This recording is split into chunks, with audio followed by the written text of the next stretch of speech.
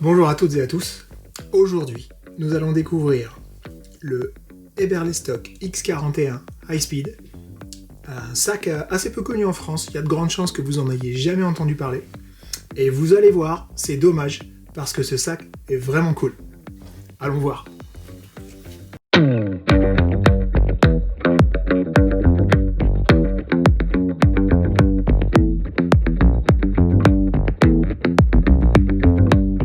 Eberlestock est une marque américaine qui fait principalement des sacs plutôt orientés outdoor. Donc on a des sacs pour la rando, au début tout à fait des sacs militaires, puis des sacs de chasse. Alors, on va retrouver un grand nombre de caractéristiques communes, et c'est ce que je vais avoir considéré un sac un petit peu hybride, parce que il n'est pas tout à fait rando dans le sens où il n'est pas vraiment léger. Il n'est pas vraiment mili, parce que par exemple, vous n'avez pas de patch pour pouvoir personnaliser comme ils font sur d'autres modèles. J'en ai un ici. Voilà, ça c'est un autre Eberlestock. Vous voyez que on peut mettre un patch au-dessus, on peut mettre un patch devant. Bon bah là on peut pas.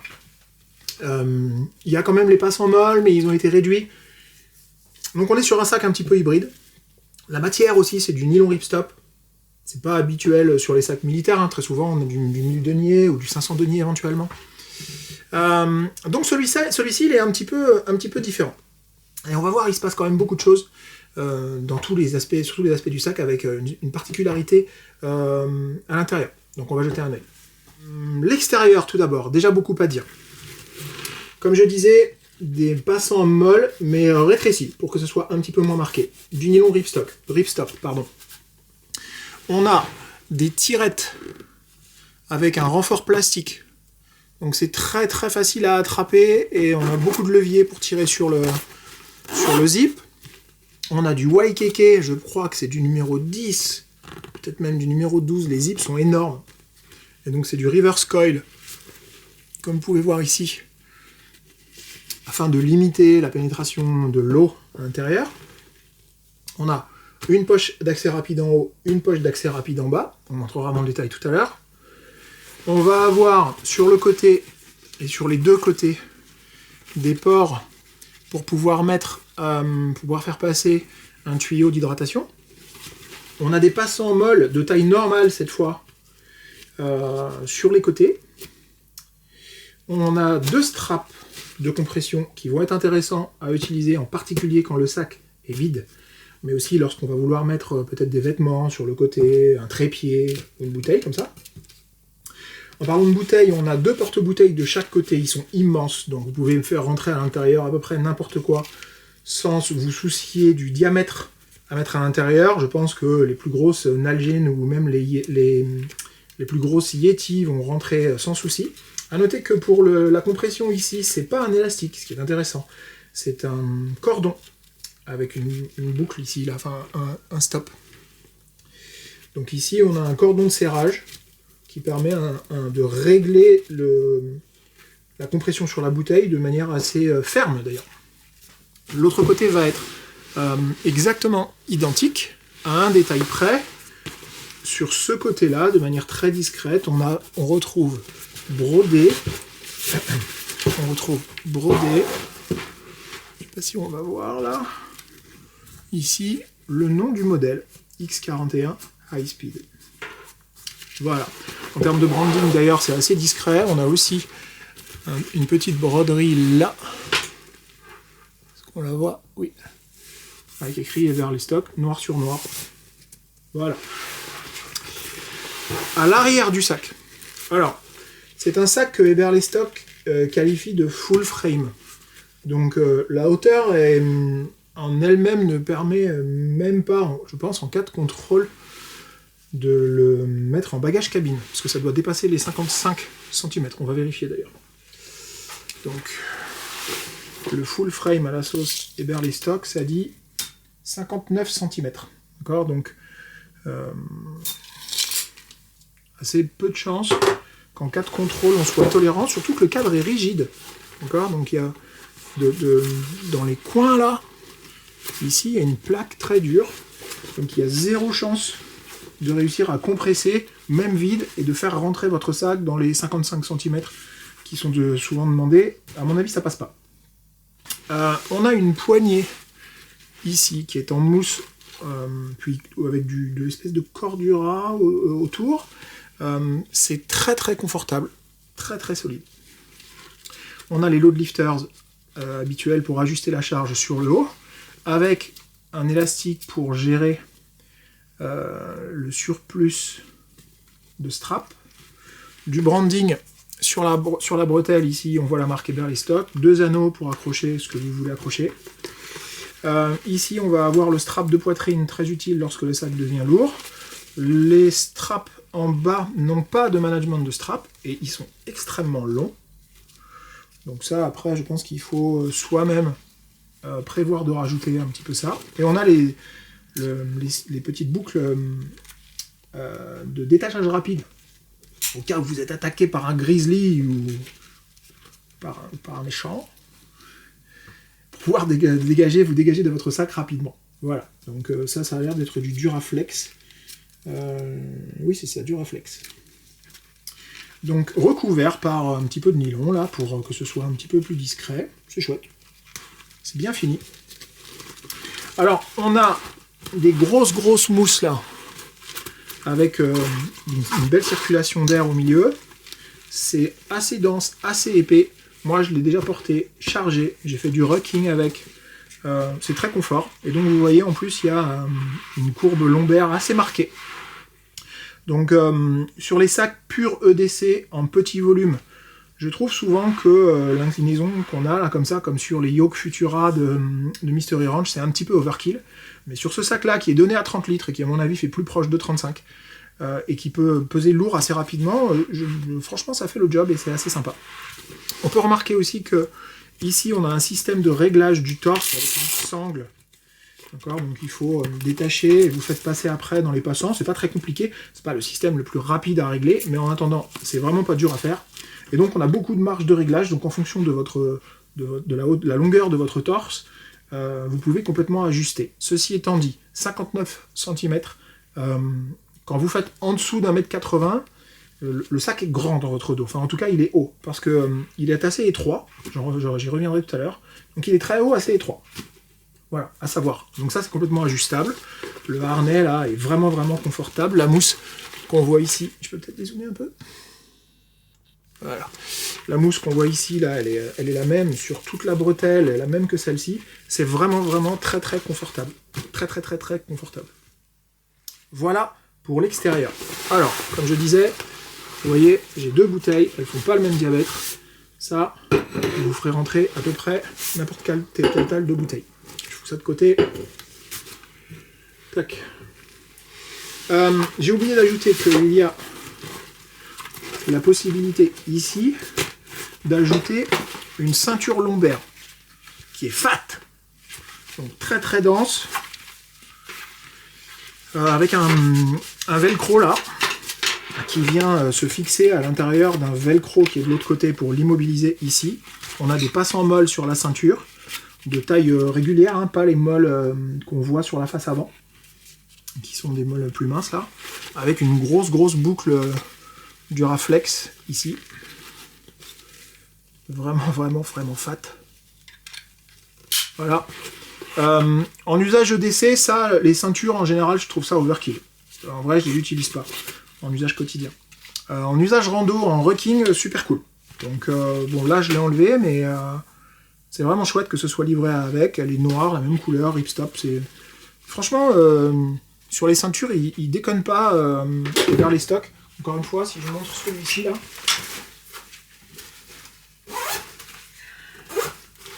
Donc encore une fois, si je montre celui-ci, on voit à l'arrière, je ferai la review de celui-ci, on a encore plus de rembourrage ici, mais là c'est pareil, hein, la ceinture lombaire, elle blague pas quoi. Voilà pour la ceinture. On va maintenant s'intéresser à l'intérieur du sac. Alors il y a beaucoup à dire. Comme je disais, on a 2 poches. Alors une très grande là, verticale, et une plus petite ici. Je vais commencer par celle du haut. ça s'ouvre comme ça, il y a une poche enfilée, ça permet de faire un petit peu de séparation. À l'intérieur, je mets ce que je veux pouvoir attraper rapidement. Donc j'ai une paire de lunettes. C'est la largeur un tout petit peu plus large qu'un iPad mini. D'accord? Donc j'en parlais tout à l'heure, le sac est pas... c'est pas extrêmement large, quoi. Beaucoup moins large qu'un Gorek, par exemple. Voilà, une petite poche pour m'organiser. Ça, c'est du VanQuest. Je mettrai en lien la référence si vous voulez voir cette poche-là. Bon, voilà, une paire de AirPods. Ici, on a une poche filée qui vient séparer les choses. Alors, il y a comment dire, un petit branding. C'est pas écrit Eberlestock, mais il y a un petit branding à l'intérieur. Bon, ça ajoute pas grand-chose. On voit au travers de la poche mèche. Et donc, ici, j'ai mis, par exemple... mon portefeuille et un trousseau de clés. Voilà, il y a quand même de quoi faire, hein. C'est une poche avec un beau volume, franchement, je pense que ça fait... Ça doit faire déjà 2 ou 3 litres, ça, facile, 4 même peut-être. Donc il y a 4 litres de rangement dans cette poche en haut. Voilà. Celle du bas est encore plus grande. Donc vous voyez, on avait 3 rangs de molle là, ça fait ici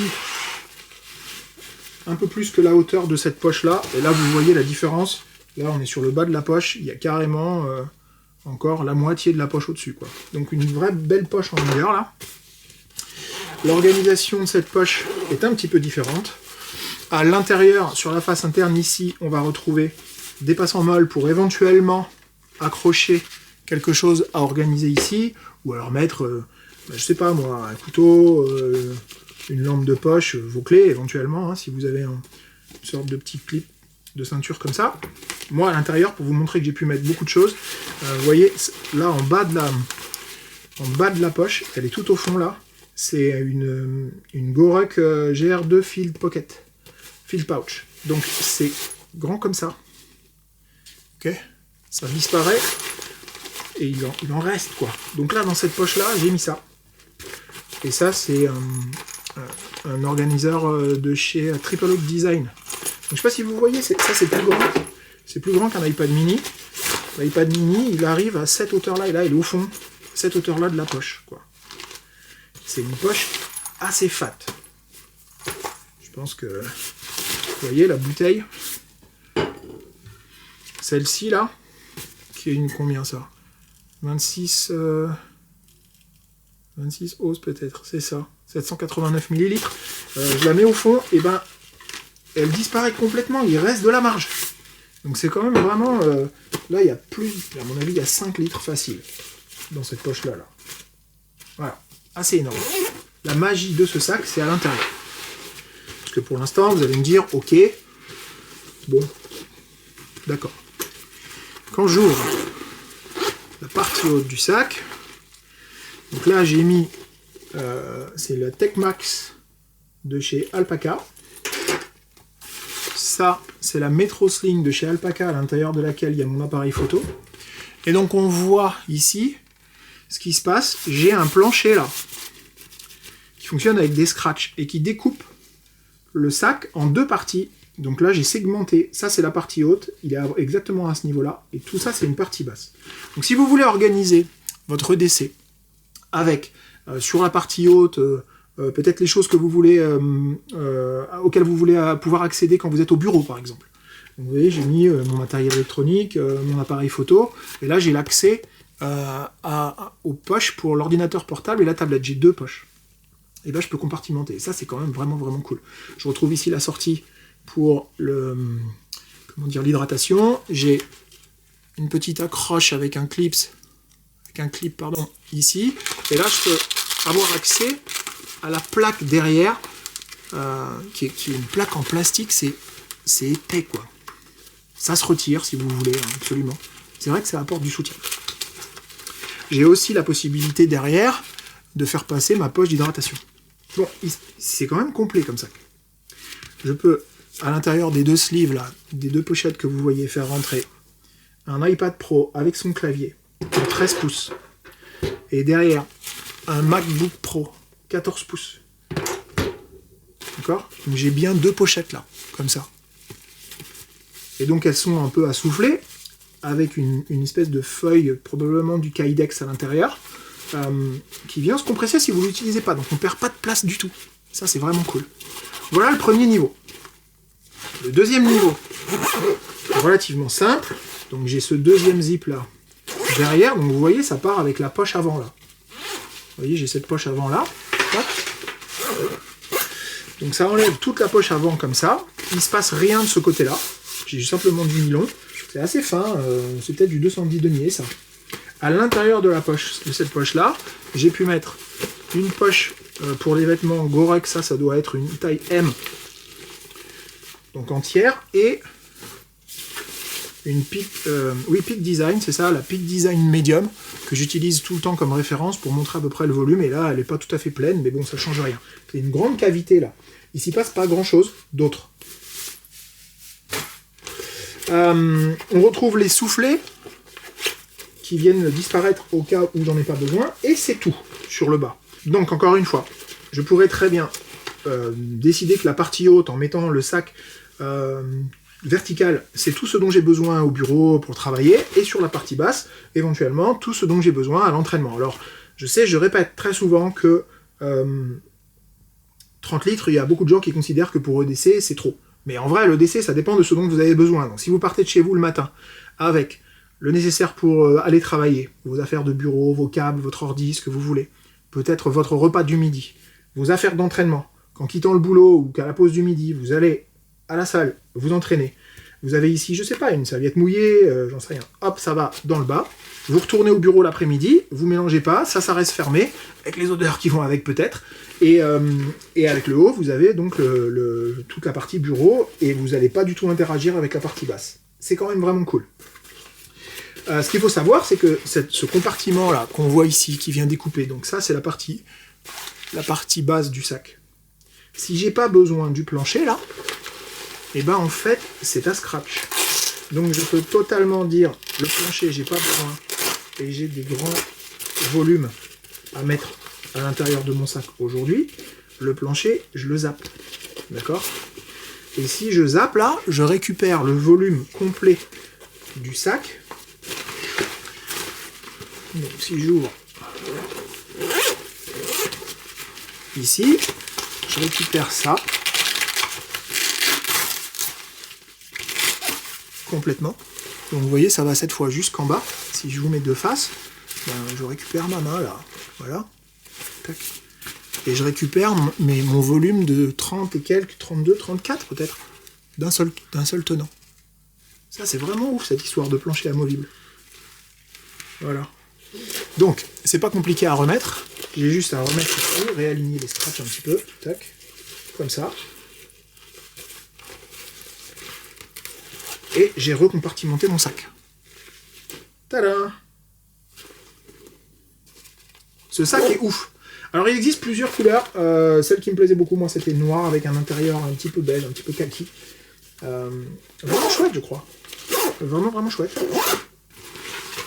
Alors ce qui est intéressant aussi, c'est que donc si vous n'avez pas besoin des 30 litres, imaginez, vous partez au bureau, vous avez besoin de ça là. Tac. Peut-être une pochette avec vos câbles, vos chargeurs, comme ça. Vous fermez.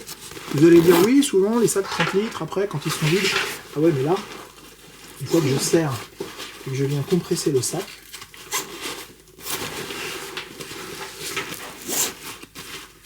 le volume du sac disparaît complètement, de manière, je trouve, assez impressionnante. Et du coup, si je le mets sur moi, donc certes, j'ai toujours le full frame, mais en largeur, il se fait vraiment extra mince. Ce qui est vraiment cool. Dans les inconvénients, le premier, c'est qu'avec cette histoire de plaque et tout, là, ben, vous voyez, si jamais je le lâche, il ne tient pas tout seul debout. Donc ça, je ne sais pas si ça rentre dans vos critères absolus ou pas, ça peut être un peu chiant. Voilà. Bon. Il tient pas debout. Mais, je dis souvent que tout dépend de la manière dont vous interagissez avec votre sac. Certes, la partie haute, si vous venez coller ça contre votre chaise, par exemple, au bureau, bah, vous allez interagir avec la partie haute comme ça. C'est cool. Mais en vrai, après, ce sac, vous le posez à plat, et vous avez accès à toutes les poches, celle-ci, ou celle-là. Voilà. Alors, il n'est pas facile à trouver en France, comme je l'ai dit un petit peu en intro. Je l'ai acheté il y a quelques années sur un site allemand que je ne recommande pas du tout. Et depuis, il y a des sites en France maintenant qui ont importé la marque. Il n'y avait pas de distributeur avant. Et donc maintenant, il y en a. Je ne suis pas sûr qu'il l'ait toujours en stock, mais ils indiquent presque systématiquement qu'on peut l'avoir sur commande, si vous êtes un petit peu patient. Notez que moi, je sais qu'il n'est pas très connu, parce que je l'ai mis en ligne à la vente, ça fait déjà des mois, et j'ai quasiment personne qui s'est jamais intéressé à ce sac, ce qui est très bizarre. Donc, voilà, il est là. Moi, je peux pas les garder tous, donc celui-ci, j'hésite toujours un peu, mais il est toujours à la vente. On verra bien. Voilà. Voilà, ça en est terminé de la présentation de ce sac. C'est le Eberlestock High Speed X41. Un nom à coucher dehors, certes, mais un sac pas qu'à coucher dehors. Il est vraiment, vraiment dingo. Je sais pas quoi vous dire, c'est vraiment, vraiment un sac génial. Moi, je l'ai pas utilisé beaucoup, mais parce que j'en utilise beaucoup. Je comprends pas qu'on n'en parle pas plus. Peut-être que c'est parce que c'est difficile à trouver au départ. En attendant, c'est vraiment un sac qu'il ne faut pas ignorer, je pense. Voilà, moi je l'aime beaucoup. Cool. Si cette vidéo vous a plu, n'hésitez pas à mettre un petit pouce, à régler la cloche pour avoir les notifications de mes prochaines vidéos. Et puis, mettez un petit mot en commentaire, dites-moi coucou, si vous connaissez les gens de ceux-là, là, ou si vous connaissez les gens qui vont là, par exemple. N'hésitez pas à vous taguer. N'hésitez pas à poser des questions si vous avez des sacs que vous voulez voir et que peut-être je ne connais pas encore. Dites-moi. Vous étiez sur Nerd, je m'appelle Raph et je vous dis à très bientôt. Salut!